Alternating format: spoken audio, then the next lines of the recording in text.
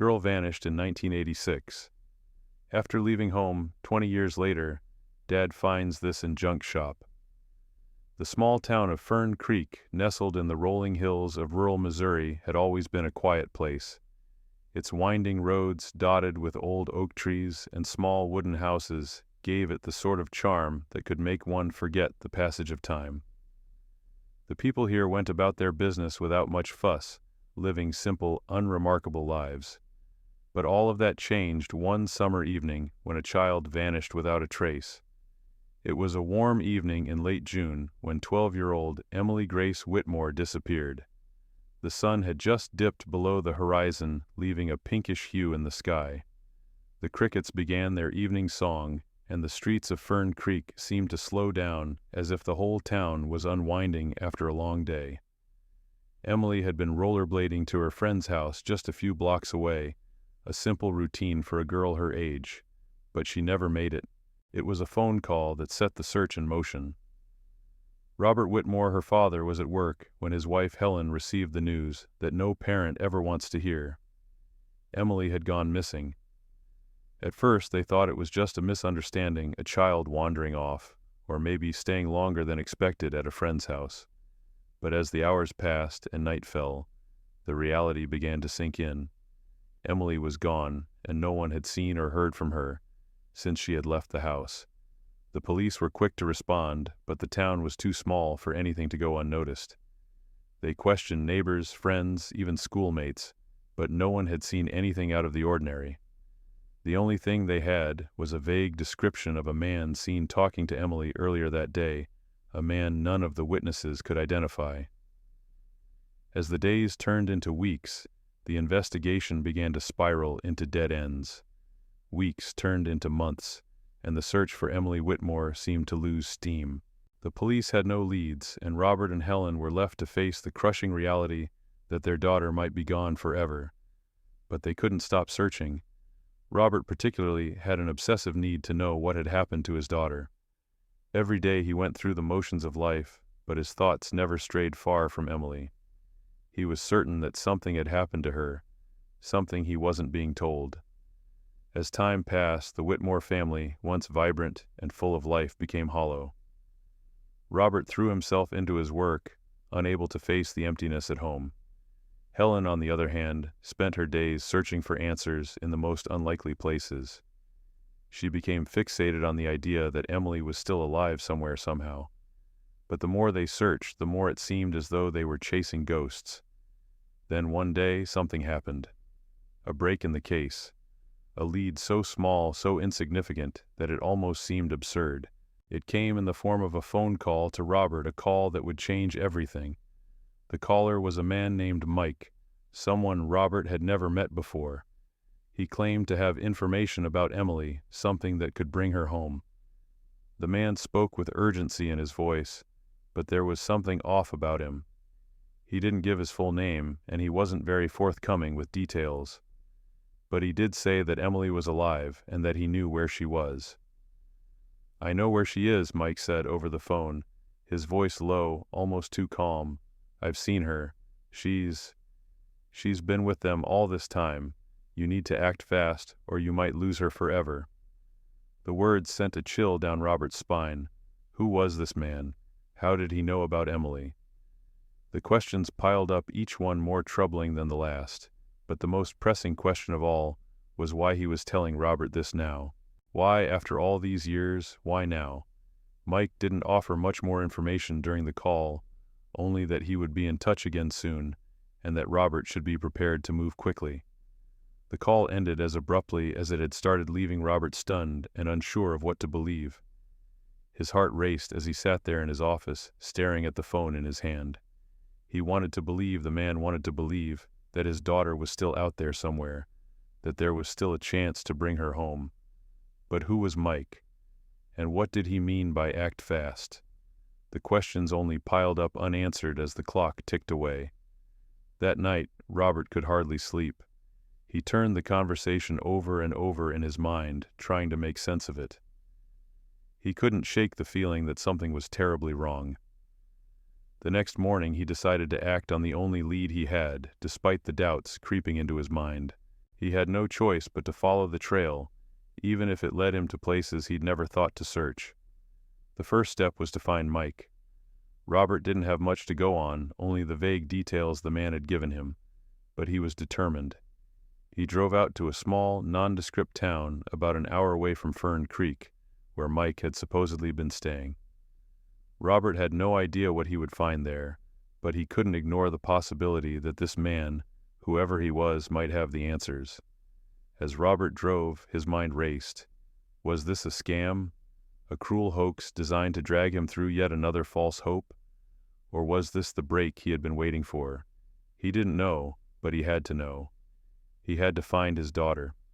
After all, it had been 20 years since Emily had disappeared, and the pain of her absence had never truly left him. Every day had been a reminder of the emptiness in his life, the life that was supposed to include his daughter. Robert parked outside a rundown motel, the kind that looked like it hadn't seen a fresh coat of paint in decades. It was exactly the kind of place someone like Mike might hide out in, cheap, quiet, and isolated from the rest of the world. Robert stepped out of the car, his heart pounding in his chest. He was about to walk into the unknown, but he had no other choice. The door to the motel office creaked as he pushed it open, and the musty air hit him immediately. The clerk, an older woman with a weary expression, barely looked up from her crossword puzzle when Robert asked about Mike. It took a few moments for the clerk to remember, but eventually she pointed him in the direction of room 12. It was all he had to go on. As Robert approached room 12, he felt his nerves tighten. What if Mike wasn't who he claimed to be? What if this was a trap? His mind swirled with possibilities. He had been chasing the ghost of his daughter for so long, maybe it was finally time to let go. But something in his gut told him this was real. This could be the moment he had been waiting for. He knocked on the door. A long moment passed before it creaked open. A man mid-40s with a scruffy beard and tired eyes stood before him. It was Mike. "I was hoping you'd show up." Mike said, his voice low and measured. Robert's pulse quickened. "Where is she? Where is Emily?"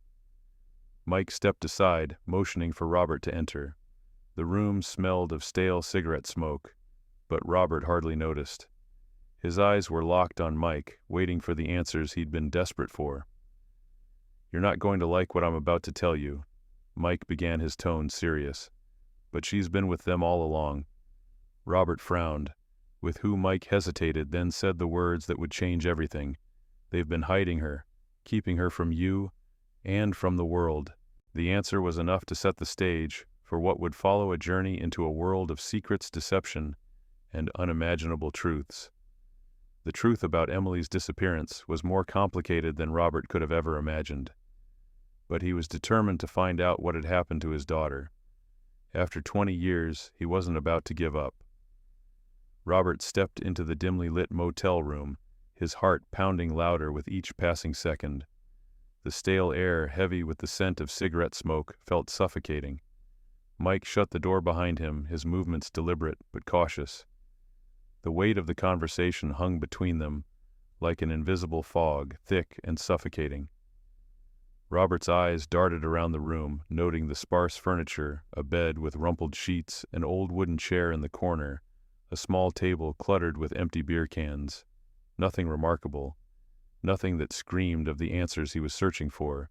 Mike took a long drag from the cigarette dangling between his fingers, before tossing it into a half-full ashtray. He sat on the edge of the bed, his eyes wary but resigned. "It's not safe to talk out there," he said quietly. "Not with people listening." Robert could feel the tension tightening in his chest. "Who's hiding her, Mike? Who's been keeping Emily, Mike?" Exhaled sharply, leaning back, his gaze distant as though he were searching for the right words. "You don't understand how deep this goes. They aren't just ordinary criminals, Robert. What you think happened, it's not what you think.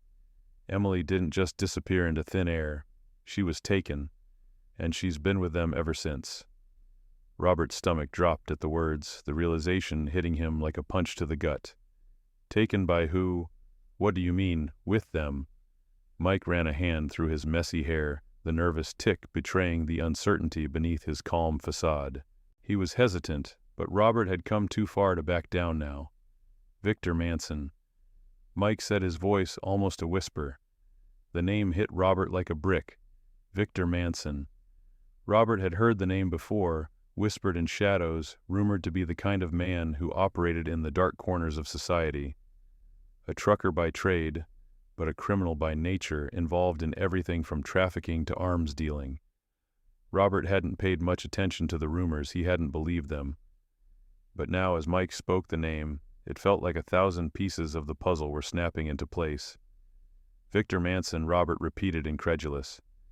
How could you know? That Mike's eyes darted around the room, nervously making sure no one was listening. Because I used to work for him. The admission came with a grimace, a mixture of guilt and fear.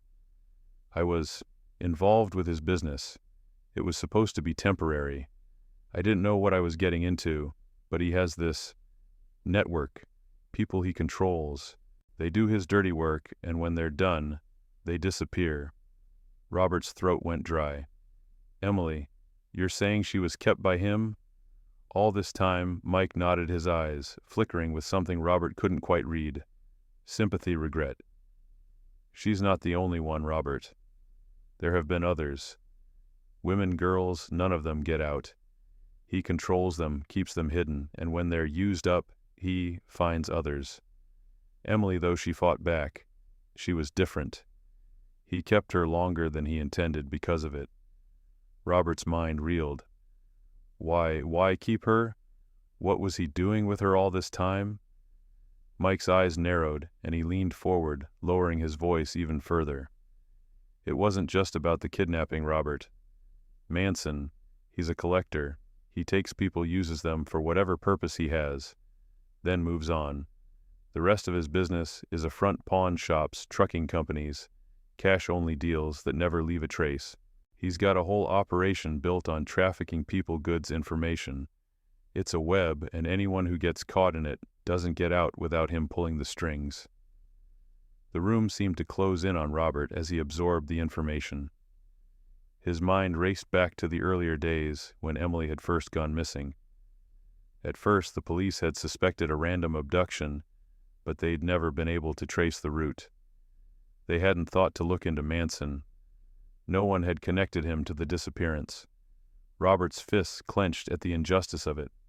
All the years of his life spent chasing shadows, all while his daughter had been a prisoner hidden away by a man with too many secrets. Mike continued, his voice quieter now. Manson's network spans across several states. He keeps everything off the books, keeps the law at bay. The police never stood a chance.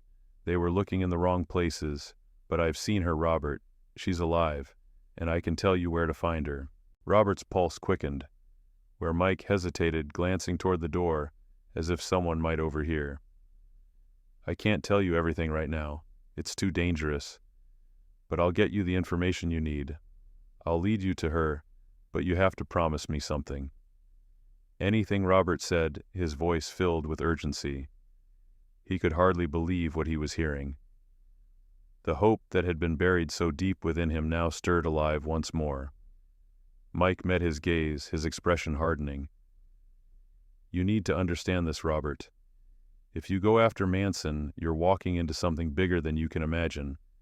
You have no idea how many people are involved in this, how many people he controls. Getting to Emily will be dangerous, not just for you, but for her too. She's been through hell, and you need to be prepared for what you're going to find. Robert took a deep breath, the weight of Mike's words sinking in. He had spent 20 years searching for Emily, trying to piece together the shattered remains of his family. Now he was standing on the brink of the truth, something so dark and terrifying that it nearly shattered his resolve. I don't care how dangerous it is, Robert said, his voice firm. I will do whatever it takes to get my daughter back. Mike studied him for a moment, then nodded. All right. You'll need to follow me. We'll go to his place. There's a lot more to this than you realize, Robert. And once you step in, you can't turn back. The two men exchanged a silent understanding, and for the first time in years, Robert felt a flicker of hope, a real chance. Emily was still out there, and with Mike's help, he would find her. It was late evening when they drove out of the motel parking lot. the only light coming from the faint glow of the headlights cutting through the mist that had started to settle over the town. Mike was driving and Robert sat in the passenger seat, every fiber of his being focused on the road ahead. His heart hammered in his chest as he wondered what he would find when they reached Manson's property, what secrets lay hidden behind the walls of the compound that had kept his daughter captive for so long. As they passed the familiar landmarks of Fern Creek, Robert couldn't help but feel a deep sense of loss. The quiet streets, the houses he had walked past 1,000 times, they were all just the backdrop to a nightmare he hadn't known was unfolding. Now, as the last remnants of daylight faded, he could feel the gravity of the situation pulling him deeper into the unknown. This was no longer just about finding his daughter. This was about exposing a network of hidden horrors, one that spanned years and thousands of miles, and Robert was about to walk right into its heart. The drive to Manson's compound felt like an eternity. With each mile, Robert's mind whirred through 1,000 possibilities, each more terrifying than the last. The air was thick with tension, and the quiet hum of the car's engine only amplified the racing thoughts in his head. His grip on the door handle tightened as they left the city behind, heading into more isolated areas. The streets became narrower, the houses more sparse, until they were surrounded by fields and dense woods on both sides. The further they traveled, the more the world outside the car seemed to fade away, as though they were moving into a place where time and memory had no hold. Mike had grown quiet as well, his hands gripping the steering wheel, with a focus that bordered on intensity.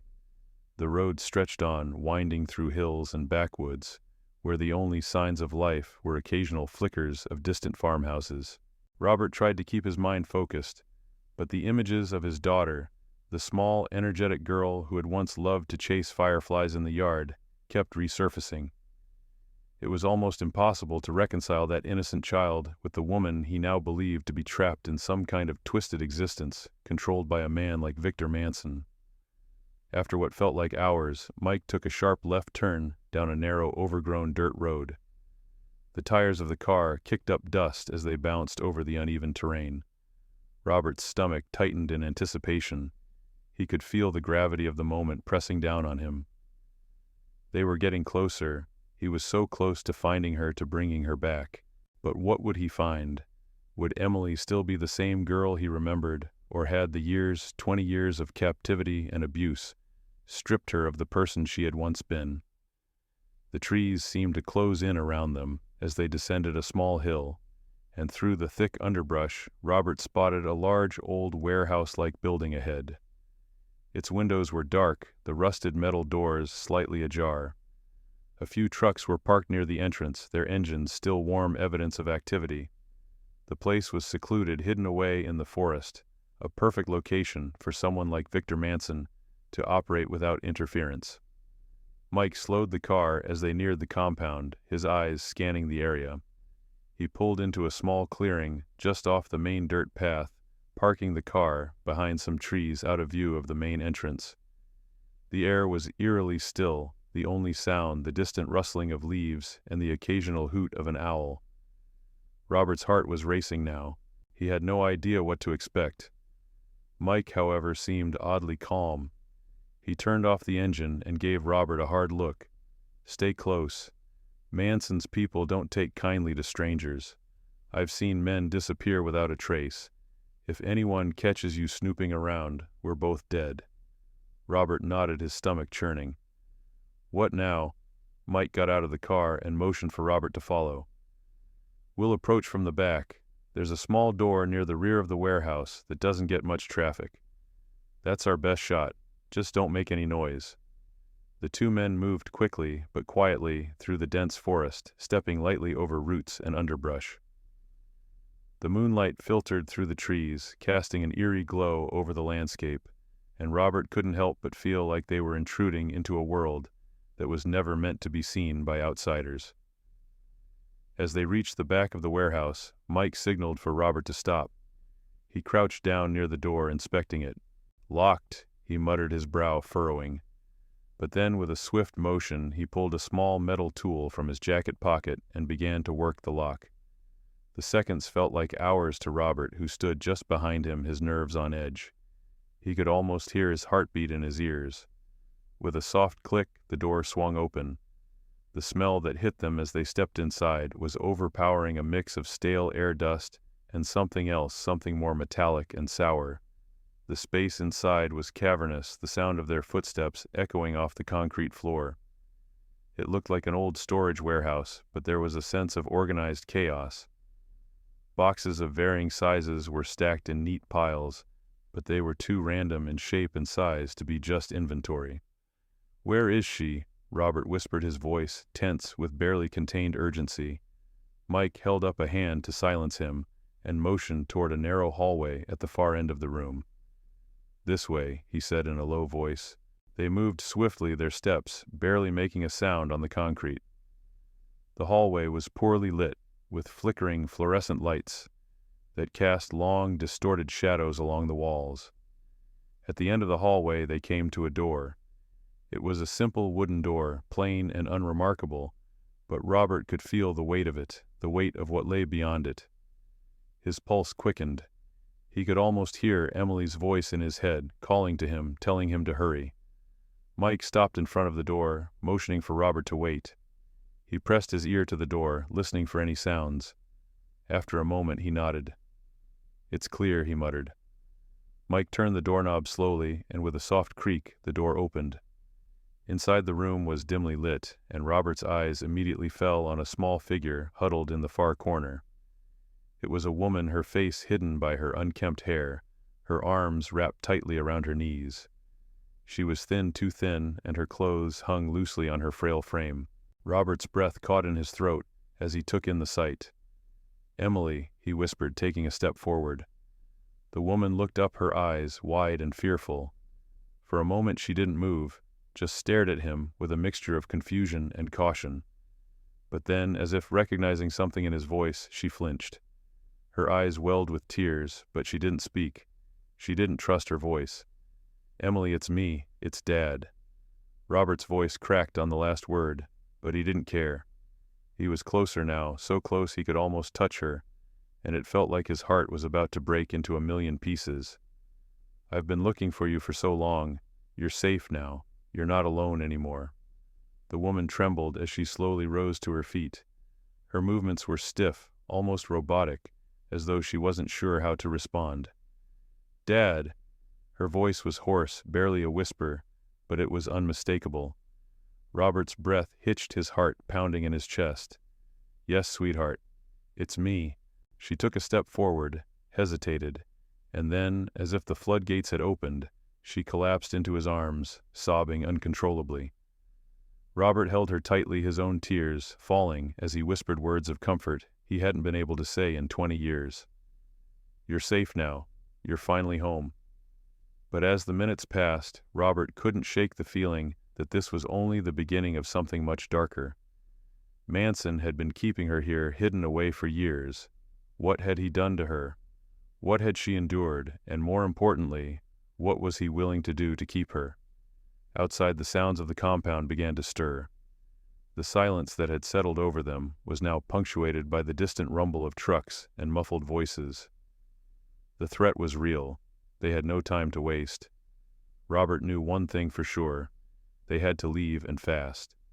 But first he needed answers, and Victor Manson wasn't going to let them escape without a fight. The room was still. Robert held Emily tightly, unwilling to let her go, but the urgency in the air was undeniable.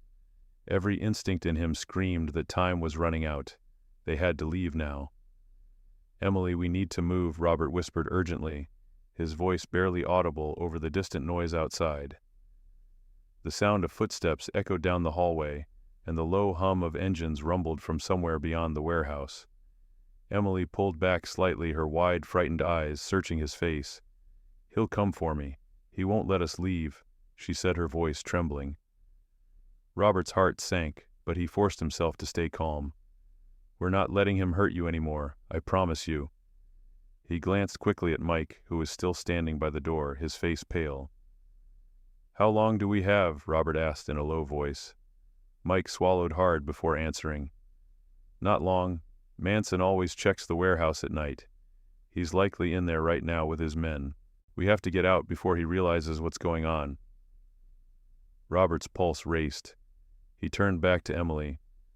"Do you know where Manson is, where he keeps his things?" Emily nodded slowly, her expression conflicted. "His office. It's in the back. There's a small room behind the warehouse with a staircase leading down. He spends most of his time there when he's not supervising." Robert made a decision. "We need to get there, now." They moved quickly but quietly, making their way down the dimly lit hallway. Every creak of the floorboards under their feet sounded too loud, too dangerous. As they approached the back of the warehouse, Robert's thoughts swirled. How could a man like Manson have kept his daughter hidden for so long? What had he done to her? The door to the office was just ahead, a steel door with a heavy lock. Mike stepped forward, his hands shaking slightly as he pulled out a set of tools.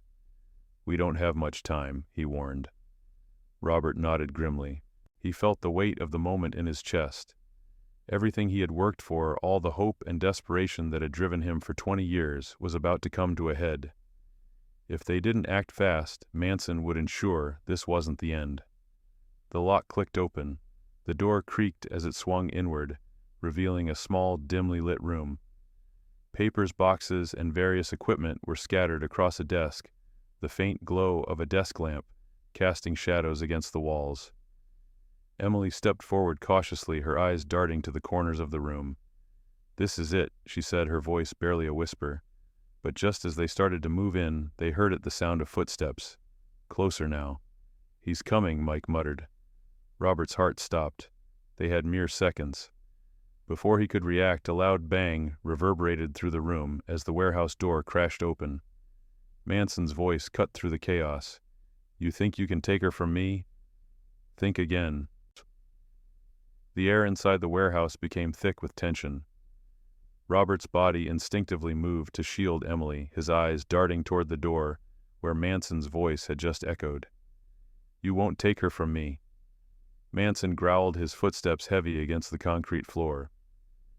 "Not after everything I've done to keep her safe, to keep her mine."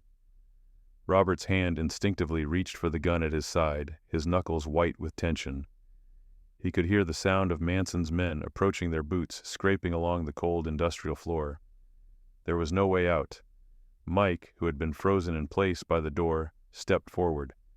"We need to move now," he said urgently. "We're not going to get a second chance." Robert nodded, his mind racing. There was no time for a plan, no time for second guesses. It was now or never. "Emily," Robert whispered, turning to face her, his voice soft but firm. "Stay close to me. Do exactly what I say." Emily's face was pale, her hands trembling at her sides, but there was a fire in her eyes. "I'm ready. I'm done hiding." Just as the words left her mouth, the door flew open. Manson stood in the doorway, his face twisted in rage. He was taller than Robert had expected, his broad shoulders filling the frame of the door, a dark, malicious glint in his eyes. "You've made a terrible mistake," Manson sneered, his gaze moving between Robert and Emily. The moment stretched heavy with impending violence. Then Manson lunged. His hand shot out toward Emily, but Robert was faster. He pushed her aside and took the brunt of Manson's weight as the man barreled into him. A struggle ensued, a blur of motion fists, colliding with skin sweat and blood mixing in the chaos. Robert's chest burned with the exertion, but he refused to let go. Manson was a monster, and if Robert didn't stop him now, Emily would never be safe. The sound of footsteps grew louder. Manson's men were closing in. Robert's head swam with the sudden realization they were surrounded. He couldn't do this alone. But before the situation could spiral further, he heard the sharp crack of a gunshot. Manson froze mid-strike, his hand clutching his side as blood spilled onto the floor. He staggered back, his eyes wide with disbelief. Emily stood at the doorway, her hand still shaking from the gun she had fired. "Don't you dare hurt him," she said, her voice cold and unwavering. "He's mine now, and you're finished." Manson's face twisted with rage as he glared at her, but the fire in her eyes told him he had lost. The fight was over. The sound of sirens blared in the distance, growing louder with each passing second. Robert's heart hammered in his chest, the adrenaline still coursing through his veins. He looked over at Emily, standing at the threshold of the doorway, the gun still clutched in her hand. Her eyes were wide, filled with a mix of disbelief and relief. Her voice trembled as she spoke. "I did it. I did it." Robert slowly stood up, his muscles aching from the earlier struggle. He walked toward Emily, his eyes scanning her face for any signs of injury, but he didn't see any. She looked shaken, but strong, her resolve clear in the aftermath of the chaos. "Emily," he said softly as he reached for her hand. "You're safe now. He can't hurt you anymore." She nodded but remained silent, her gaze locked on the body of Victor Manson, now lying motionless on the floor. The blood pooled around him, staining the cold concrete in a grim reminder of the violence that had erupted. Emily's expression was unreadable, her lips pressed tightly together, but Robert could see the conflict in her eyes. "Are you okay?" he asked, his voice steady but filled with concern. I'm not sure," Emily replied quietly, "but I'm free. For the first time in years, I'm free." Just then the door burst open. 2 officers entered, their guns drawn and aimed directly at the scene. Robert held his hands up in surrender, slowly stepping back to make room for the police to assess the situation. One of the officers, a tall woman with short dark hair, approached Emily, her eyes softening when she saw the gun in the girl's trembling hand. "Put the gun down, sweetheart," the officer said, her voice calm and professional. "You're safe now. We've got this." Emily slowly lowered the weapon, her fingers unsteady as she placed it on the ground. Robert placed a reassuring hand on her shoulder, his presence grounding her in the chaos that had just unfolded. "We need medical assistance here." The officer continued, her gaze moving over Manson's body, then to the injured Emily. "Is she hurt?" "She's been shot," Robert replied quickly, his voice tinged with urgency. "A grazing wound. Nothing too serious, but she needs treatment." The officer nodded, signaling to the paramedics who had just arrived at the scene. They rushed in, quickly assessing the situation and focusing their attention on Emily's injury. One of the medics began to clean the wound, applying pressure to stop the bleeding, while another turned to Robert. "We'll take care of her, sir. You did well getting her out of here." Robert didn't respond right away, his mind still processing the enormity of what had just happened. Emily was safe, but the world around them was still spiraling. Manson was dead, but the question remained. What about the rest of his operation? What had Robert just stepped into, Detective Marshall? Robert said, his voice tight. The officer who had initially entered with the gun now turned her attention to him, recognizing him immediately. "You're Robert Whitmore, correct?" she asked, her voice softening in recognition. "Yes," he answered, though he didn't quite feel like the man he was before this moment. His entire world had shifted. "We've got this," she assured him. "Don't worry about Manson. We're going to take care of everything. Your daughter." She paused as she turned to look at Emily, now sitting on the floor, with the paramedics attending to her. "She's free now. We'll make sure she's safe, and so will you. You did the right thing." Robert nodded, his throat tight. He had never imagined he'd be here standing in this grim warehouse, finally meeting his daughter again. His mind replayed every moment, every fear, every nightmare of the last 20 years. But now that he was here with her, he felt something deeper than relief. He felt something profound, a bond that had never truly been broken. But the nightmare was far from over. The detective moved closer to Robert, her expression now serious. "We need to get you and your daughter out of here. There's no telling how many more people are connected to Manson's operation, but we've got your back." "I know," Robert said, his voice steady, "but we can't just walk away, not until we know the whole truth. I need to know what happened, who's responsible for this, for everything." The detective glanced over at the rest of the team, signaling for them to begin securing the area. She turned back to Robert with a sympathetic look. "You'll get answers, I promise, but for now, let's get you both to safety." As the police continued to secure the building, Robert turned back to Emily. He reached out, taking her hand gently. Her grip was tentative at first, but then she squeezed his fingers, her own fears melting away in the presence of her father.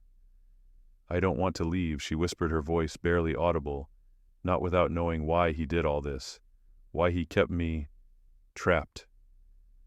Robert squeezed her hand back, the weight of her pain settling in his chest. "We will find out," he said firmly, "together. But right now, let's get you to a safe place. You've been through enough."